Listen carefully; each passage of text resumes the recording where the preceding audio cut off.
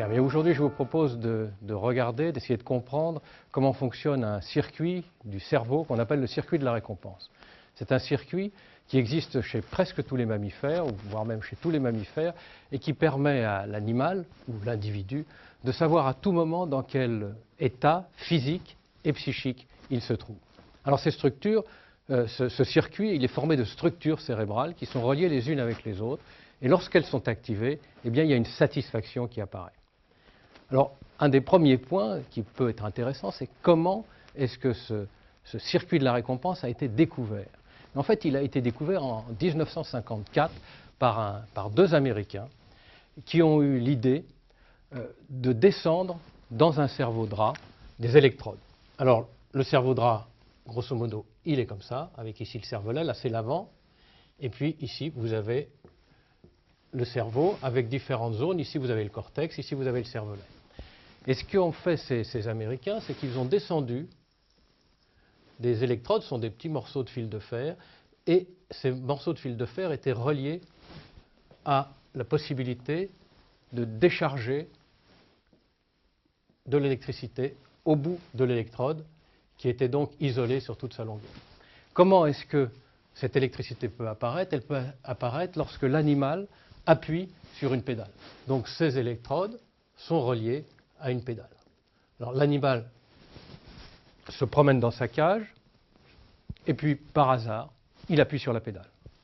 À ce moment-là, la décharge apparaît sur la pointe de l'électrode, qui peut être à n'importe quel endroit du cerveau. Et là, ils se sont rendus compte qu'il y avait trois types de réactions. La première, c'est une sorte d'aversion. L'animal ne retourne plus jamais sur cette pédale, ça ne l'intéresse plus. La deuxième, c'est qu'en fait, l'animal appuie sur la pédale par hasard, il n'y a aucune réaction. Et puis il y a eu un troisième type de réaction qui les a beaucoup intéressés, c'est que l'animal, lorsqu'il avait appuyé sur cette pédale, il y retourne. Il y retourne une fois, 2 fois, 5 fois, 10 fois. Il n'arrête plus d'appuyer sur la pédale. Il n'arrête plus à tel point que si on n'arrête pas le circuit, on n'arrête pas la possibilité qu'il y ait un choc électrique, l'animal va mourir de faim en préférant appuyer sur la pédale. Il a complètement perdu toute forme de régulation d'un certain nombre de ses émotions, y compris le fait de pouvoir se nourrir. Alors, comment est-ce qu'ils ont analysé leur étude? Ils ont tout simplement été voir quels étaient les endroits qui entraînaient cette sorte de pathologie d'appui sur une pédale pour obtenir un choc électrique. Ils ont trouvé 2 zones très importantes. La première, c'est une zone qui est l'hypothalamus. Alors l'hypothalamus, tout le monde sait ce que c'est une petite région qui permet de réguler la température, l'eau, la satiété, la faim et aussi la sexualité. Donc, à la limite, être intéressé par la stimulation de l'hypothalamus, ce n'est pas si étonnant que ça.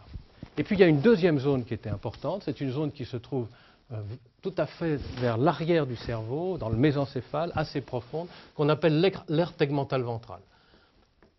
Et cette aire tegmentale ventrale, à l'époque, en 1954, c'était une zone totalement inconnue, très peu étudiée. On ne savait pas du tout ce qui s'y passait dans cette aire tegmentale ventrale. Et il a fallu attendre une dizaine d'années pour s'apercevoir que cette zone, l'aire tegmentale ventrale, était une zone dans laquelle se trouvaient les corps cellulaires.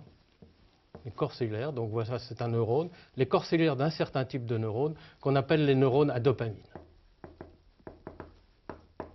Alors ça veut dire quoi? Ça veut dire que, en fait, cette équipe d'Américains, ce rat qui appuyait sur cette pédale, eh bien, il entraînait la stimulation de neurones à dopamine et par conséquent la libération de dopamine dans différentes zones du cerveau. Et du coup, eh bien, on s'est mis à réfléchir à ce phénomène, à savoir que la libération de dopamine dans certaines zones du cerveau entraîne une situation qui fait que tout va bien, même si par ailleurs ça va mal. Tant qu'il y a stimulation, il y a satisfaction, et même si on est dans un état d'hypoglycémie, voire même d'absence totale de possibilité de se nourrir ou de manque de nourriture évidente, eh bien malgré tout, la stimulation entraîne une satisfaction.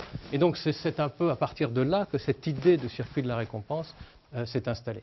Alors dopamine, dopamine c'est un peu, on l'a appelé après la molécule du plaisir, et il se trouve qu'effectivement, il y a un certain nombre de produits qui sont bien connus, l'amphétamine, la cocaïne, les amphétamines, la cocaïne, et puis aussi l'héroïne, la morphine, ces produits qui sont connus comme étant des drogues d'abus, eh bien ces drogues d'abus ont la propriété commune de libérer de la dopamine dans les différentes structures de l'avant du cerveau. Donc en fait, ce que font ces drogues, c'est qu'elles répètent ce qui était obtenu avec une stimulation de l'aire tegmentale ventrale quand le rat appuyait sur sa pédale.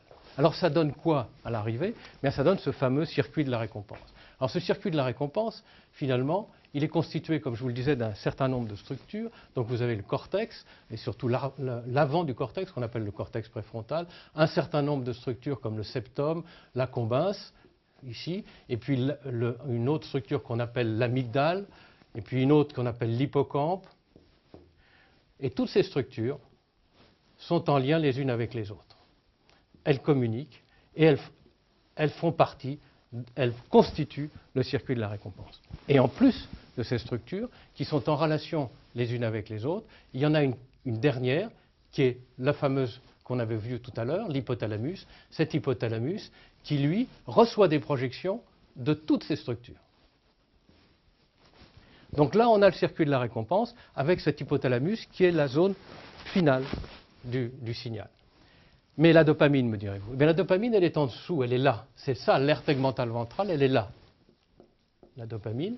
Et elle envoie des projections vers l'hippocampe, vers l'amygdale, vers le septum et le noyau combince, et vers le cortex préfrontal de façon extrêmement divergente. Et c'est cette divergence qui fait qu'à l'occasion d'une stimulation, eh bien, l'ensemble du circuit de la récompense est stimulé. Alors, qu'est-ce qui se passe quand le circuit de la récompense est stimulé? Eh bien, il y a un message qui est envoyé à l'hypothalamus. L'hypothalamus, c'est une structure qui est au fond du cerveau, très très profond, vital, bien sûr, et qui ne reçoit aucune information directe de l'extérieur. Toutes les informations qui viennent de l'extérieur, visuelles, auditives, olfactives, tout ce que vous pouvez imaginer, sont filtrées.